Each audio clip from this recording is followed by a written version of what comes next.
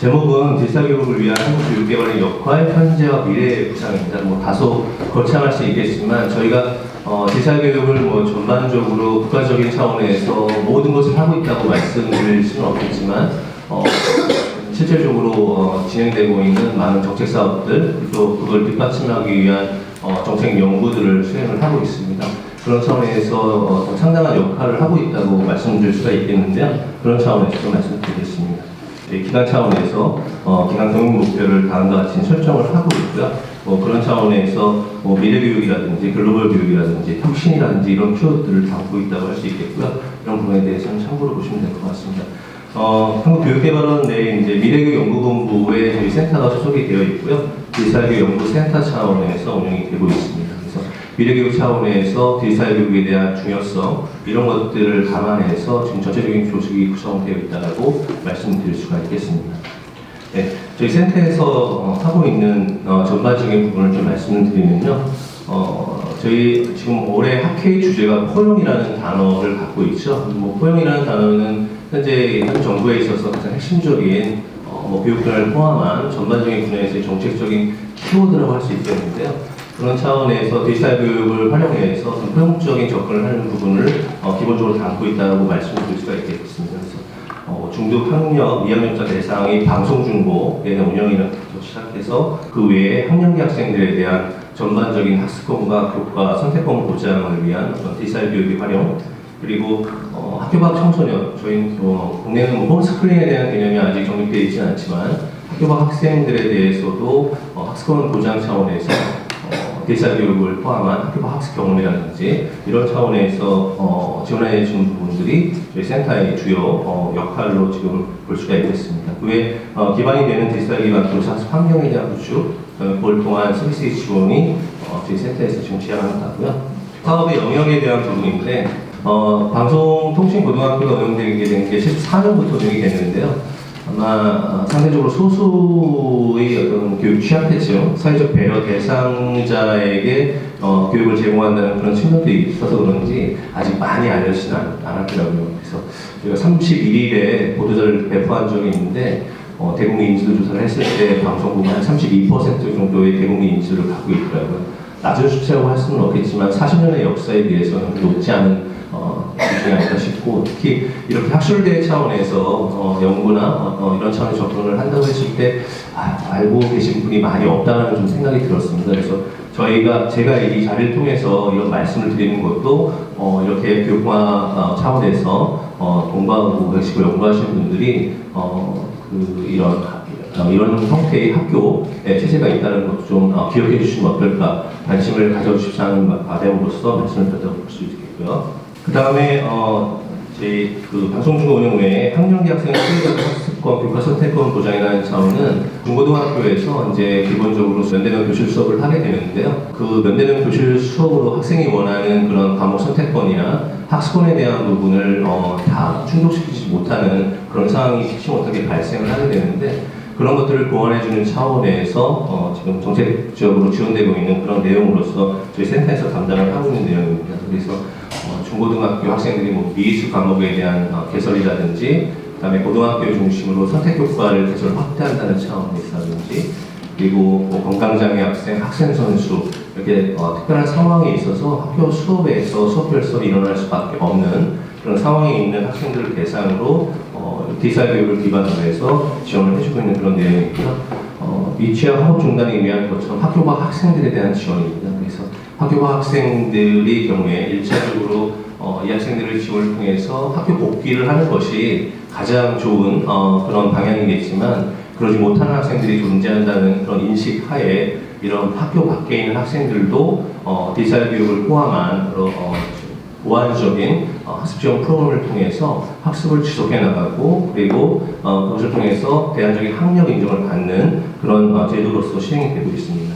그 외에 말씀드린 대로 디지털 기반 교수학습 환경 구축 차원에서는 크게는 저희가 중고등학교 차원에서의 디지털 교육, 정규 교과 과정에 따른 디지털 교육 콘텐츠를 아마 다른 기관들도 그런 EBS나 KBS에서도 콘텐츠에 대한 개발은 당연히 이루어지고 있지만 정기 교과 차원에서의 컨텐츠 개발을 대체적으로 하는 기관은 저희라고 볼 수 있고요. 이 컨텐츠를 활용해서 지금 말씀드린 대상 외에도 활용 대상은 확대되고 있다고 말씀드릴 수가 있고, 그 외에 이제 실시간 화상 수업을 활용한 그런 수업의 진행 이런 차원에서 또 진행을 하고 있습니다. 그리고 무엇보다 학습 분석 혹은 어댑티브 러닝이라고 표현되는 그런 기반에 대한 연구나 이런 것들도 수행을 하고 있어서 그 연구를 통해서 실질적으로 그것을 플랫폼화하고 서비스화하는 그런 일련의 흐름을 갖고 있다고 말씀드릴 수가 있겠습니다. 연구 사업이 편한 부분인데요.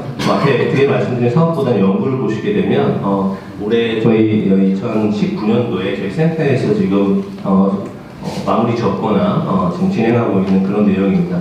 보시게 되면 여러분들이 궁금해하실 만한 키워드들이 좀 있을 것 같습니다. 먼저 학습 분석이라는 부분, 아마 어떻게 보면 지금 학습 분석이라는 단어보다는 최근에 어댑티브 러닝이라는 말을 더 많이 쓰는 추세인데요. 학습 분석 기반을 통해서 학생들에게 앞에 말씀드린 그런 교육 지원 서비스를 맞춤화해 보자는 접근에서 갖고 있고, 그 다음에 학부각 청소년에 대한 학습 지원 프로그램에 대한 지정과 협력 인정의 방안, 그리고 온라인 공동교육과정이라고 해서 이 부분은 뒤에 더 자세한 내용이 나오니까요 말씀드리도록 하겠고, 농산어촌 온라인 공동교육과정에 대한 같은 맥락입니다. 이 디지털 교육이 갖는 그런 장점 부분이 분명히 있지만 그것을 통해서 나타날 수 있는 또 디바이드에 대한 측면도 있다.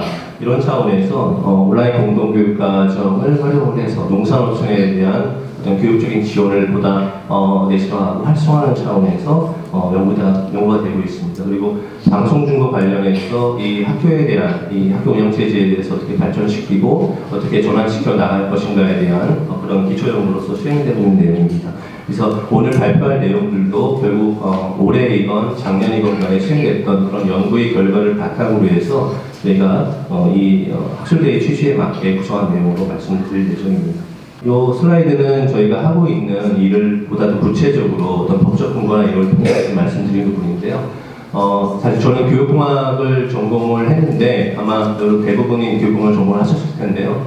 교육공학의 전공 분야가 약간 교수 설계, 어떻게 보면 그러다 보니까 상대적으로 좀 미시적인 부분을 다루는 부분입니다. 그래서 근데 저는 한국 교육개발에서 일을 하다 보니까 저도 상대적인 미시적인 연구를 하면서 학위를 받았는데 개발원에서는 정책 연구를 하다 보니까요 이런 생각이 좀 들었어요. 그러니까 물론 이제 교육 정책이라는 것이 행정 쪽에서 어떤 중심을 잡는 것은 분명하지만 교육공학에서도 어떤 교설계가 바탕이 되는 것은 분명히 중요하지만 이런 정책적인 관심 차원에서 특히 오늘 학회의 주제가 어떤 포용적 교육 혁신이라는 어떤 핵심적인 키워드, 교육 정책 분야에 대한 전반적인 키워드를 갖고 있기 때문에 교육 분야, 교육공학을 전공하시는 분들도 이런 정책적인 관점에서 좀 바라봐 주시면 좋겠다는 말씀을 좀 드리고 싶었고요. 그러다 보니까 한국 교육개발을 교육공학 하시는 분들이 잘 모르시는 부분도 있는 것 같아요. 그래서 오늘 이 자리에 오신 분들은 한국 교육개발원이 이런 일을 하고 있다.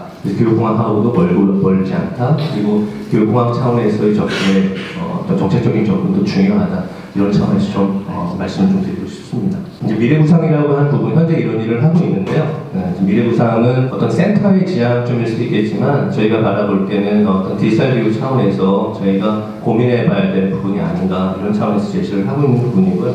거기에 디지털 교육 업무센터를 당연히 저희 중심으로 그러긴 했지만 전반적으로 디지털 교육을 통해서 교육 취약계층, 어떤 격차에 대한 해소를 하는 부분으로서 접근해야 될 부분이 있고, 그다음에 학력과 학력 인정에 대한 다양한 어떤 유연한 측면에서 어떤 큰 가치를 갖고 있을 수 있다 이런 차원. 그리고 이 온라인 교육, 디지털 교육이라는 게 꼭 학교 면대면 수업을 벗어난 상황이 아니라 면대면 수업을 보완하고 대체라는 부분은 좀 조심스러운 부분이 있겠지만 보완하고 서로 같이 나갈 수 있는 부분으로서 정착을 시켜야 된다는 차원에서 거창합니다만 교육과 지능정보기술 융합을 통한 맞춤형 연령학습 체제 구현을 저희 한국교육개발원 디지털 교육을 담당하고 있는 센터의 비전으로 삼고 있다.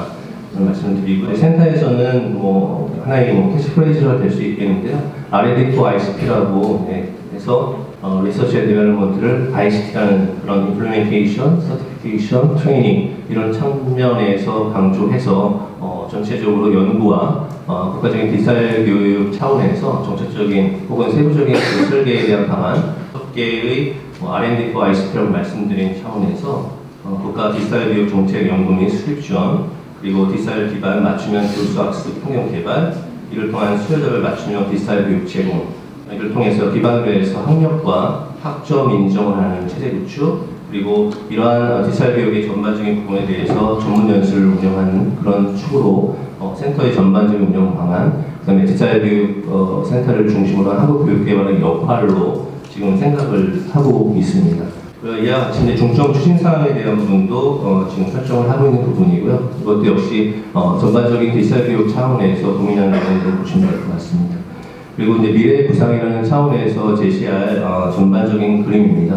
방송 중고 운영부터 시작해서 각 그 수요자별 온라인 교육, 디지털 교육 그런 체제 확산하고 발전시키는 입장에서 어떤 국가적인 디지털 교육 연구센터로서 자기 매림을 하고, 그리고 디지털 학교의 신설을 기점으로 해서 종합적으로 대상에 상관없이 수업 결손이 일어나거나 학교의 보장을 제대로 해주지 못하는 경우에 이런 것들을 종합적으로 지원하는 체제로서 지금 그림을 그리고 있습니다. 그래서 지금 보시는 바대로 방송중고의 운영과 관련해서는 디지털 교육 전환 차원에서 제시를 하고 있고요. 그 다음에 새로운 유형으로서 디지털 학교를 신설하고, 이런 디지털 학교를 통해서 앞에 말씀드린 오프라인 학교에서 지원해주기 어려운 그런 상황들에 대한 보완, 이런 것들을 종합적으로 지원해준 것 더불어서 이제 전일제 학생들도 이런 학교 체제 내에서 공부를 할 수 있게끔 하는 부분으로 고민을 하고 있습니다. 이 부분은 기본적으로 정규 트랙이 중심이 되어야 되는 건 분명하지만 학습자 요구가 워낙 다양해지고 있기 때문에 정규 교육 내에서 품어줄 수 없는 그런 학생들이 분명히 존재를 한다. 그런 학생들이 학교가 학생이 되지 않고 제도권 내에서 학습할 수 있는 그런 체제를 공고한다는 차원에서 그런 고민을 하고 있다는 말씀을 드릴 수 있겠고요. 이와 관련해서는 이제 2020년도에 사이버 학교라는 그런 타이틀로 연구 과제를 설정을 하고 있습니다. 그래서 사이버 중고등학교 설치에 대한 타당성 탐색 연구인데요. 그걸 통해서 국내에서 이 디지털 학교가 과연 필요한가, 역할은 어떻게 될 것인가, 이런 차원에서 기본적인 연구를 수행을 해보겠습니다. 이 부분은 사실 디지털 학교, 사이버 학교에 대한 필요성이 대두가 되고 있는 것이 사실이지만 사실은 제도적인 부분이 아직 마련되지 못했고요. 그 이전에 디지털 학교가 과연 필요할 것인가, 아니면 이 디지털 학교가 일반 지금 정규 학교와 관련해서 어떤 위치를 차지하고 또한 어떻게 조화롭게 이루어질 것인가에 대한 인식이 사실은 더 중요한 부분 같습니다. 그런 것들에 대해서 한번 고민해보는 그런 접근을 좀 하려고 하고 있고요. 그런 차원에서 이제 우리가 잘 아시겠지만 미국이나 이런 나라의 경우에는 사실 사이버 학교가 운영이 되고 있죠. 나름 오프라인 학교와 상호적인 관계로서 운영이 되고 있는데, 그런 체제로서 디지털 학교에 대한 부분으로서 전반적인 고민을 해보고 있고요. 이를 통해서 이제 지금 대표적으로 학생 선수라든지 건강장애 학생이라든지 이런 학생들을 대상으로 보완적인 온라인 과정을 운영하는 것과 더불어서 역시 제도의 사각지대에 있는 학생들을 대상으로 디지털 교육의 역할을 확대하려는 그런 차원에서 고민을 하고 있다라고 말씀드릴 수 있겠습니다. 이상으로 저는 센터의 전반적인 부분을 좀 말씀드렸고요. 앞으로 이제 좀 세부적인 내용에 대해서는 각 박사님들께서 더 자세한 내용 주실 거라고 생각이 듭니다. 이상으로 마치도록 하겠습니다. 감사합니다.